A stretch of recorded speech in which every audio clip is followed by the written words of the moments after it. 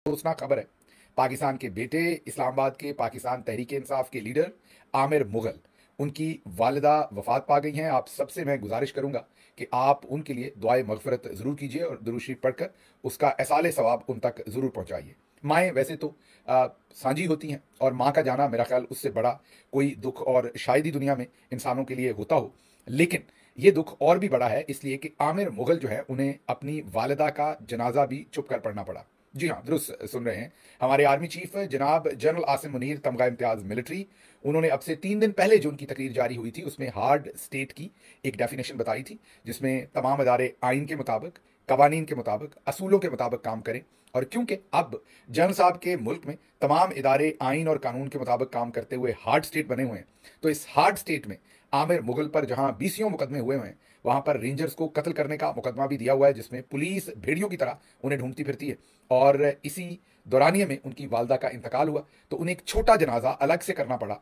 और वो खुशकिस्मत थे, मैं ये कह लूंगा। वैसे माँ का जाना, उस पर मैं क्या खुशकिस्मती कहूँ, लेकिन फिर भी चले, बेटे ने आखिरी दीदार कर लिया और घर में ही सही छुप कर छोटा जनाजा करके वो जनाजा पड़ा। और अब्दुल कादिर की ये रिपोर्ट है। अब्दुल कादिर ARY के मायनाज रिपोर्टर है, उन्होंने ये रिपोर्ट भी किया और अपने व्लॉग में भी उन्होंने ये शेयर किया, मनाजर भी दिखाए। बहुत ही अफसोस हुआ ये खबर सुन के। और मैं आमिर मुगल को यही पैगाम दूंगा कि ये आपकी माँ नहीं है, हम सबकी माँ है। और जो दुख है आपका अकेले का नहीं है, ये सबका है। और इंशाल्लाह एक वक्त आएगा कि ये जो मजालम है ये ख़त्म होंगे। मैं आपकी तकलीफ़ को समझ भी सकता हूँ, महसूस भी कर सकता हूँ। और जो लोग ये कहते हैं कि ये ज़माने पहले भी थे और पहले भी जुल्म होता रहा है, नून के साथ भी होता रहा है, पीपल्स पार्टी के साथ भी होता रहा है, वो मुनाफकत करते हैं, इस तरह के जुल्म नहीं होते रहे। इसके साथ साथ आलिया हमजा को भी कल रात गिरफ्तार कर लिया है। वो एक पब्लिक कन्वेंशन में थी, वर्कर कन्वेंशन में, वहाँ से उन्हें गिरफ्तार कर लिया है। उससे पहले अलीमा खानम साहबा और सबके साथ क्या किया गया है वो आपके सामने है। तो इसलिए ये जुल्म का समय है, लेकिन मैं आपको हमेशा कहता हूं कि आपने नाउमीद नहीं होना। मुझे अल्लाह के घर से पूरा यकीन है कि बहुत जल्द आप फतेहयाब होने वाले हैं, क्योंकि जब जुल्म हद से बढ़ता है तो वो मिट जाता है। अब चलते हैं अगली खबर की तरफ, और अगली खबर हिंदुस्तान से है। जी हाँ, हमारे प्यारे आर्मी चीफ, मेरी जिंद मेरी जान, जनरल आसिम मुनीर, उनके लिए जो तकरीर एक उनकी पब्लिश की गई, वो किया तो उनके साथ जुल्म ही किया। मुझे नहीं पता कि ISPR के इदारे में किसने ये उनके साथ जुल्म किया, और पता होते भी कि उन पर बहुत तनकीद होगी, और ये भी पता होते हुए कि उनकी तकरीर में बॉडी लैंग्वेज और कंटेंट आज के मामलात के साथ दुरुस्त नहीं था। फॉर एग्जाम्पल, दुनिया में हर वक्त बहुत सारी ऐसी चीज़ें होती हैं जो वक्त के लिहाज से दुरुस्त नहीं होती। मसलन अमेरिका में भी आज से 15, मैं एग्जाम्पल्स में नहीं जाऊंगा, फिर वो लंबी हो जाती है बात, लेकिन बहुत सारी ऐसी चीज़ें हैं। वो LGBTQ से रिलेटेड बहुत सारी ऐसी बातें हैं, और भी बहुत सारे ऐसे इश्यूज हैं पाकिस्तान के अंदर भी, इवन जो आज से 10, 15, 20 साल पहले आप वो बातें कर सकते थे, आज आप वो करेंगे तो बहुत आउटडेटेड और मायूब लगेंगी। इसी तरह से आर्मी चीफ साहब ने अपनी तकरीर में जो बातें की, उनमें बहुत सारी मायूब बातें थीं। उनकी जो बॉडी लैंग्वेज थी वो बहुत ही ज़्यादा डिप्रेशन में थी, प्रेशर में थी, झुंझलाए हुए थे, गुस्से में थे, और उसमें वो ऐसी बातें कर गए जिनका अब मजाक उड़ाया जा रहा है। और ये मजाक जो चोटी के नाम है, जी हाँ, जो चोटी के नाम या सबसे ज़्यादा देखे जाने वाले नाम है हिंदुस्तान के अंदर, वो तमाम सीनियर से जूनियर, खवातीन क्या मर्द, पूरा जो हिंदुस्तानी मीडिया है वो उनकी तकरीर का पोस्टमार्टम कर रहा है। यहाँ तो इन हाउस तो हुआ ही हुआ, बाहर भी हुआ है। अब आप कहेंगे, या जो मेरी जिंद मेरी जान जनरल आसिम मुनीर साहब के जो सपोर्टर्स हैं या जो टाउट्स हैं इस टाइम, वो ये कहेंगे कि ये तो अच्छी बात है, देखिए हमारे आर्मी चीफ ने कोई अच्छी बात ही की होगी कि हिंदुस्तान का मीडिया उन पर तनकीद कर रहा है। नहीं, ज़रूरी नहीं है। हर दफ़ा आप you don't ask for it. एक तो हिंदू इस मुल्क में भी रहते हैं, सिर्फ वहीं नहीं रहते, आपके अपने मुल्क में भी हिंदू रहते हैं, तो आपको बहुत सारी चीज़ें जो है उन्हें क्रूड तरीके से नहीं करनी। वो बातें आपको बड़ी एहतियात के साथ बहुत सारी बातें करनी है। जिस तरीके से आपने दो कौमी नज़रिया एक्सप्लेन किया, वो हाथ आप ऐसे ऐसे कर रहे थे, मुझे लग रहा था जैसे दो कौमी नज़रिया जो है उसको प्लस्तर कर रहे हैं आप हाथ से। तो बहरहाल वो मुनासिब बातें नहीं थी, उसके ऊपर बहुत ज़्यादा मजाक उड़ा है आर्मी चीफ का। और फिर उसके साथ साथ जो उन्होंने हिंदुस्तान के बारे में, उनकी फ़ौज के बारे में, उनके ऑब्जेक्टिव्स और अपने ऑब्जेक्टिव्स के बारे में, उस पर हिंदुस्तान ने कहा है कि हम टेक्नोलॉजी एक्सपोर्ट करते हैं, हम सॉफ्टवेयर एक्सपोर्ट करते हैं, आप टेररिस्ट एक्सपोर्ट करते हैं। जाहिर है उसमें बहुत सारी चीज़ें उन्होंने मायूब भी कही, गलत भी कही। मैं हिंदुस्तानी मीडिया की बात कर रहा हूँ, मीडिया ने बहुत सारे गलत इल्ज़ाम भी पाकिस्तान पर लगाए। लेकिन आर्मी चीफ को ऐसी तकरीर करने की और इस तरह की बातें करने की क्या ज़रूरत थी, जब हम अमली तौर पर वहाँ पर कश्मीर पॉलिसी पर भी सरेंडर कर चुके हैं। हिंदुस्तान 30 से ज़्यादा लोगों को पाकिस्तान में आके कत्ल कर चुका है, उस पर भी सरेंडर कर चुके हैं। सिर्फ और सिर्फ हमने एक जज्बाती तकरीर की, और हमें लगा कि जज्बाती तकरीर करने से बंदा बहुत पॉपुलर हो जाता है, और लगा कि बड़े खड़कदार तरीके से तकरीर करें तो बंदे के पीछे लोग खड़े हो जाते हैं और तालियां बजा देते हैं कि आपको किसी ने गलत कहा है। उसमें आपका कंडक्ट भी उसके साथ जाना चाहिए, आपकी तमाम चीज़ें उसको कॉम्प्लीमेंट करनी चाहिए, फिर जाकर ये सारा काम होता है। फिर जो आर्मी चीफ हैं वो बार बार एक ही बात के ऊपर जोर देते हैं, वो बार बार ये बताने की कोशिश करते हैं कि रियासत मदीना कहना गलत है, रियासत तैयबा उसका नाम था। तो वो असल में इमरान खान की जिद में, इमरान खान को गलत साबित करने में वो कुरानी हवाले भी देते हैं, अहादीस के हवाले भी देते हैं और ये साबित करने की बार बार कोशिश करते हैं कि रियासत तैयबा दुरुस्त लफ्ज़ है, रियासत मदीना दुरुस्त लफ्ज़ नहीं है, क्योंकि उन्हें इमरान खान के साथ सिर्फ मैं यही कहूँगा कि कंडक्ट में बेशक वो मात खा जाएं, लेकिन उन्हें जो लफाजी है उसमें इमरान खान के ऊपर सबकत लेने की कोशिश करनी है। अब रहीक अब्बासी साहब अच्छे एक वैसे तो वो माजी में तहरीक मनहाजुल कुरान के साथ भी मुंसलिक रहे हैं, अब नहीं है, वो छोड़ के जा चुके हैं, अपना दरस व तदरीस लिखने का काम करते हैं और अच्छा लिखते हैं। तो रहीक अब्बासी जो है उन्होंने बहुत उम्दा एक ट्विटर के ऊपर पोस्ट लिखी जिसमें तमाम हवाले दिए उन्होंने। मैं तो मजहबी स्कॉलर नहीं हूँ इसलिए उनकी राइटिंग का साथ ले रहा हूँ या हवाला दे रहा हूँ कि उन्होंने कहा कि आर्मी चीफ साहब का ये बार बार इमरान खान को गलत साबित करने के लिए कोशिश करना कि नाम रियासत तैयबा था, उन्होंने कहा यह दुरुस्त नहीं है, रियासत का नाम रियासत मदीना ही था और इमरान खान ये नाम सही लेते थे। आर्मी चीफ कोई और चीज़ पकड़ लें, इस पर वो इमरान खान को गलत साबित नहीं कर सकते। तो हमारी मेरा ख्याल दौड़ जो है वो इसी तक है कि हम बस अल्फाज जो है ना उनको किसके ठीक है और किसके गलत हैं इस पर हम चले जाएं, कंडक्ट हमने अपना नहीं देखना। अच्छा जी, अगली खबर जो उसकी तरफ चलते हैं और वो खबर बहुत ही सनसनीखेज भी है, मायूब भी है, मेरे लिए ज़ाती तौर पर तकलीफ का बायस भी है। और वो खबर है शेर अफजल मरवत ने जो नया हमला कर दिया है पाकिस्तान तहरीक इंसाफ के ऊपर। जी हाँ, ये जो हमला है ये तहरीक इंसाफ की मर्दाना लीडरशिप पर नहीं किया। हालांकि पाकिस्तान के तमाम इलाकों में ये कल्चर है, सकाफत है कि खवातीन के ऊपर हमले नहीं किए जाते। शेर अफजल मरवत जो है वो वैसे तो मर्द हजरात पर भी हमले करते हैं, लेकिन पार्टी से जुड़ी हुई ऐसी खवातीन जो सियासत करती हैं उन पर भी, और जो पार्टी से जुड़ी हुई नहीं है लेकिन पार्टी के लोगों की जो घर की खवातीन है उन पर भी वो हमला करते हैं। अब दोबारा उन्होंने अलीमा खानम साहबा पर और बुशरा बीबी पर हमले कर दिए हैं, दोनों पर किए हैं, लेकिन ज्यादा निशाने पर इस दफा अलीमा खानम है, जो उन्होंने इल्जामात लगाए हैं जिनमें जाहिर है कोई हकीकत नहीं है। लेकिन मैं आपको वो इल्जामात बताऊं तो आप खुद ही सोच लेंगे कि ज़हनी तवाज़ुन ठीक नहीं है।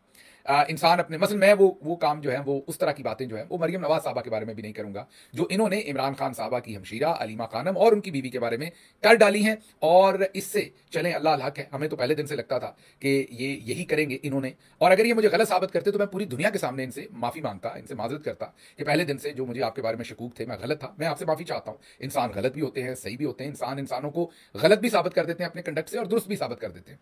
क्या कुछ कहा है शेर अफजल मरवत ने वो आपके सामने मैं रख देता हूँ। ये तमाम इल्जामात है, मैं ज़ाती तौर पर इनमें से किसी एक पर भी मुत्तफिक नहीं हूं, लेकिन उन्होंने कहा क्या है ये आपको बताता हूं। उन्होंने कहा कि बुशरा बीबी और अलीमा खानम दोनों ने ग्रुप बनाए हुए हैं और यही पार्टी चलाती हैं और पार्टी के अंदर जोर जबरदस्ती है कि किसके ग्रुप को ज्वाइन करना है।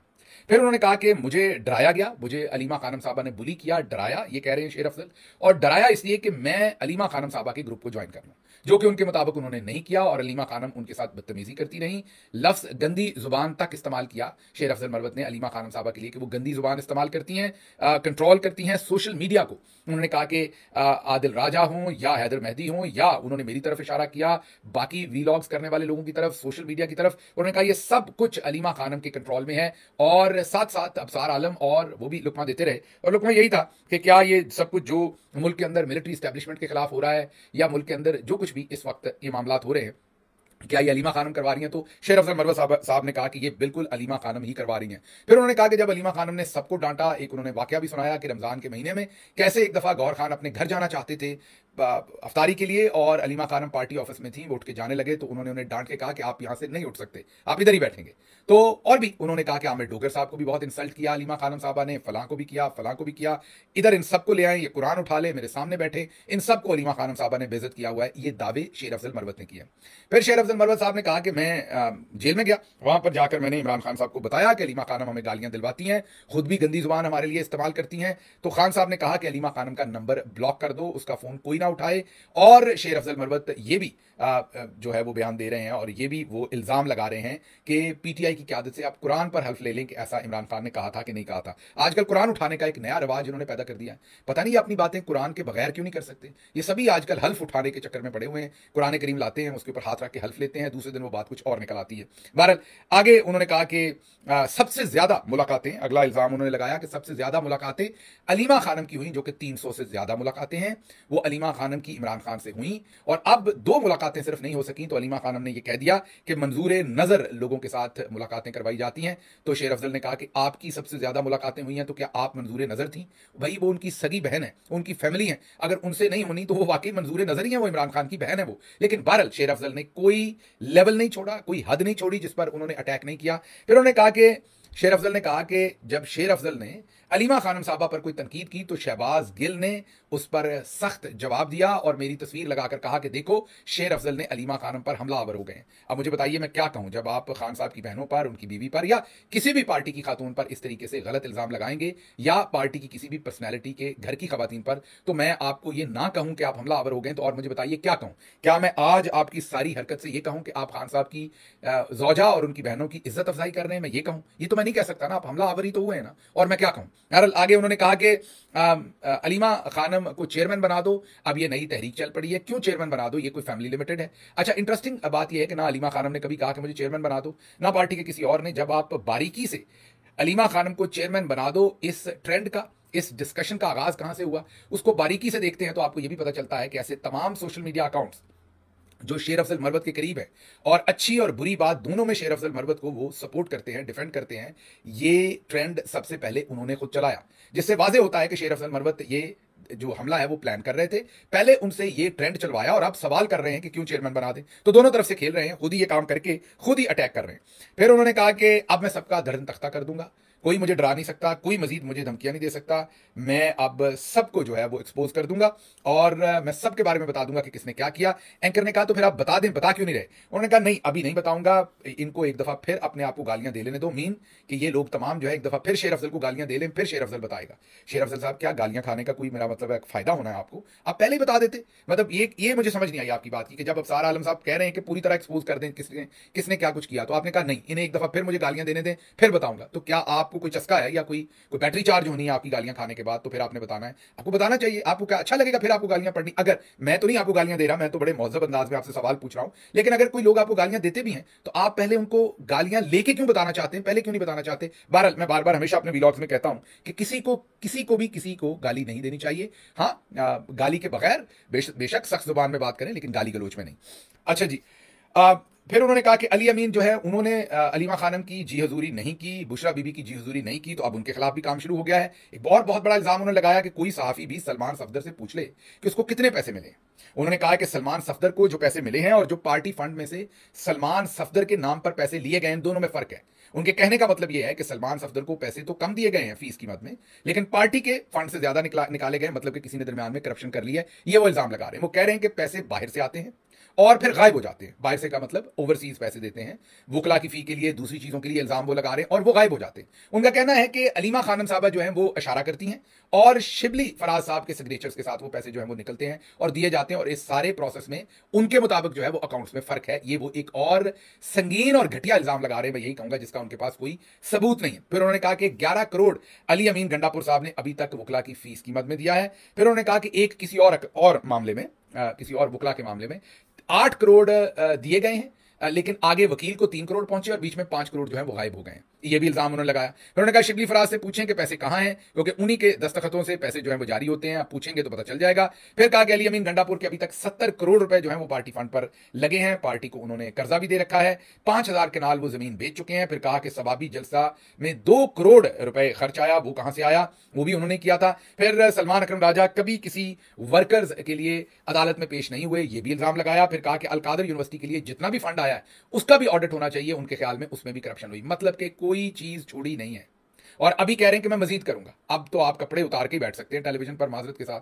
ये मुझे समझ नहीं कि इसके आगे आप और क्या करेंगे। जुमा 8 दिन आप तहरीक में रहे हैं, पार्टी में रहे हैं, और वो भी अब सबको मेरा ख्याल आश्कार हो गया है कि क्या कुछ था वो, और उसके अंदर आप इतने संगीन इल्जाम, और वो भी खवातीन के ऊपर। चले हमारे साथ तो आप करते थे, मैंने आपको कभी जो आप मुझ पर इल्जाम लगाते हैं मैंने कभी आपको जवाब भी नहीं दिया, क्योंकि यकीन करें मेरे पास इतने डॉक्यूमेंट्स हैं आपके बारे में। जब आप जज थे, फिर जब आप वो घर देते थे सीडीए के अंदर, बहुत कुछ है, यकीन कीजिए बहुत कुछ पढ़ा है। फिर आपके यूके के ट्रिप्स, उनके बारे में बहुत कुछ पढ़ा हुआ है। मतलब क्या आप वाकई इतने आम हैं कि उसके ऊपर मैं प्रोग्राम्स करूं कि आपने ये किया, आपने ये किया? लेकिन ये मेरी समझ से बाहर है, और आपसे भी ज्यादा मुझे गिला जो आपसे ये हमले करवाने वाले हैं, जो पाकिस्तानी जर्नल्स हैं। मैं उनको कहूंगा कि ये लेवल है आपका कि आप लोगों की खवातीन के ऊपर इस तरीके से टेलीविजन पर पूरे प्रोग्राम करवाते हैं और हमलाबाजी करवाते हैं और जुमलेबाजी करवाते हैं, समझ से बाहर है। अच्छा जी, अगली खबर की तरफ चलते हैं। अगली खबर जो है वो पंजाब से है। पंजाब के सरकारी अस्पतालों की निजकारी के खिलाफ ग्रैंड हेल्थ अलायंस का एहतजाज हुआ है लाहौर में। उस एहतजाज में डॉक्टर्स और हेल्थ वर्कर्स ने जो है वो शमूलियत की है। पुलिस ने हस्बे जायका एंड हस्बे तवक्को, जैसे वो हमारे आर्मी चीफ कहते हैं ना, लिटिल बिट दहशतगर्दी है, ऐसे ही उन्होंने लिटिल बिट जो है वहां पर तशद्दुद किया है, लाठीचार्ज किया, तशद्दुद किया है, वाटर कैनन्स का इस्तेमाल किया है, डॉक्टर्स जख्मी हुए हैं। यूट्यूब की पॉलिसी है कि हम वायलेंस की तस्वीरें आपको दिखा नहीं सकते, भले पुलिस ही कर रही हो, वरना हम आपको वीडियोस दिखाते कि किस बुरी तरीके से डॉक्टर्स को पीटा गया है, मारा गया है, तो आप हैरान हो जाएं कि ये सब कुछ क्या हो रहा है। आखिरी खबर जाने से पहले आपके सामने रख दूं, और वो खबर ये है कि सऊदी वजीर दिफा का अहम दौरा ईरान का हुआ है। उनकी आयतुल्ला खामेनाई साहब के साथ भी मुलाकात हुई है। शाह सलमान का पैगाम लेके आए हैं, उनके शाह सलमान के बेटे हैं, और उनका ख़ास पैगाम लेके आए हैं। ये गालिबन, अगर मैं गलत नहीं हूं तो पिछले 15-20 साल में ये पहला या शायद 20 साल से भी ज़्यादा अरसे में ये पहला इतना हाई पावर्ड जो विजिट है वो सऊदी अरब और ईरान के दरमियान में हुआ है। खसूसन सऊदी अरब की तरफ से ईरान में इसको बहुत बामानी तरीके से देखा जा रहा है। दूसरी तरफ अमेरिका के और ईरान के भी निगोसिएशन शुरू हुए हैं, ओमान के अंदर वो निगोसिएशन कर रहे हैं। तो देखते हैं आने वाले दिनों में इसका क्या आउटकम आता है, लेकिन ये बहुत ही इंपॉर्टेंट डेवलपमेंट है, अहम डेवलपमेंट है। उम्मीद करेंगे कि ये खुशाइन डेवलपमेंट होगी। सऊदी अरब और ईरान अगर करीब आएंगे तो जाहिर है इससे पूरे खित्ते के ऊपर मुस्बत असर पड़ेगा। देखते हैं आने वाले दिनों में क्या होता है, लेकिन ये विजिट जो है ये बहुत ही खुशाइन लग रहा है। मुझे यहां से इजाजत दीजिए। अल्लाह आपका हामी और नासिर हो। पाकिस्तान जिंदाबाद।